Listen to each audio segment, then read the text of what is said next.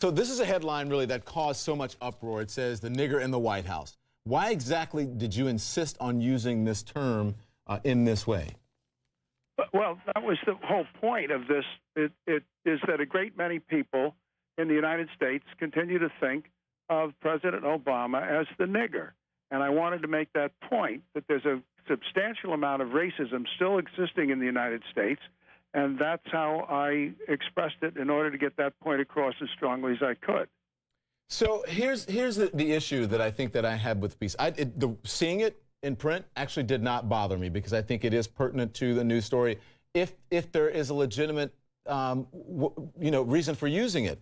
But you did not reference the word in the article, and you did not explain in the article why you used it. So it looks like it is just an attention-grabbing headline. And you know these days, people don't read beyond the headlines very much. Well, I can't help that. In other words, there's nothing I can do about the fact that people don't read the whole article. But the whole article, obviously, is very supportive of Obama and is very directed at the people who are against Obama because of his race.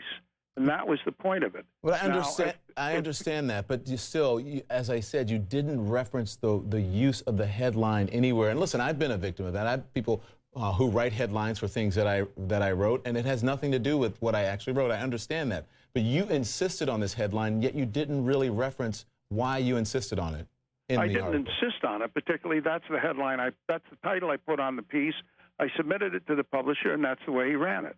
And I thought it was appropriate title to put on the piece because that, after all, was the nature of the story, that a great many people in America have a lot of trouble with the fact that we have a black president. Mm-hmm. And my point was to try and get that across, and I used that term in order to make that understood, that that's the way a great many Americans think of President Obama. And you're right, when you look at the headline, you may not think that the article is very pro-President Obama, and it is. And here's what you write. You said, it is possible to draw only one conclusion. Far-right voters hate Obama because he is black. A large minority have for some 6 years have been quietly angry that they must have in the White House a member of an inferior class of people. Until recently, however, they have felt constrained to keep their mouths shut. But America's increasing tolerance of far-right opinions has made racism more acceptable, so long as it can be distinguished, however thinly, as politics. I think disguised, as politics. I didn't bring my glasses, so I'm having a little bit of trouble here. I think that you make a very legitimate point here. Explain yourself. Well, I think that what I said is what I said. That explains it. That there are a great many people who will pretend that they're talking about a political matter, but in fact, behind it, they're driven by racism. I mean, racism exists in the United States, and there's no getting around it. You just have to listen to people talk when they think they're not being overheard. That's certainly part of the American culture, and it has been for a long time. Are there any exceptions to this? So, I mean, would you agree that there are plenty of people on the right or far right who really just hate the president's policies and they don't really care what color his skin is?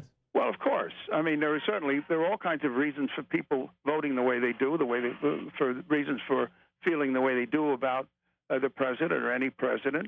A lot of them are, of course, driven simply by politics.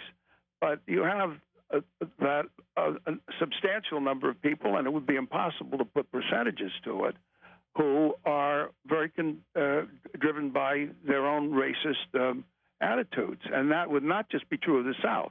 You find plenty of that in the North as well. I'm going to speak with Charles Blow of the New York Times, and you reference that, at least your editors do, about the New York Times not using the word. But I'm going to speak to Charles Blow momentarily, and he says, by using this headline, you have lost your larger argument.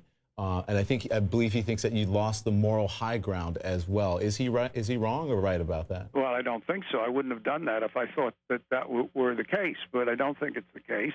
I think the point was to get it across that this is still an attitude in the United States.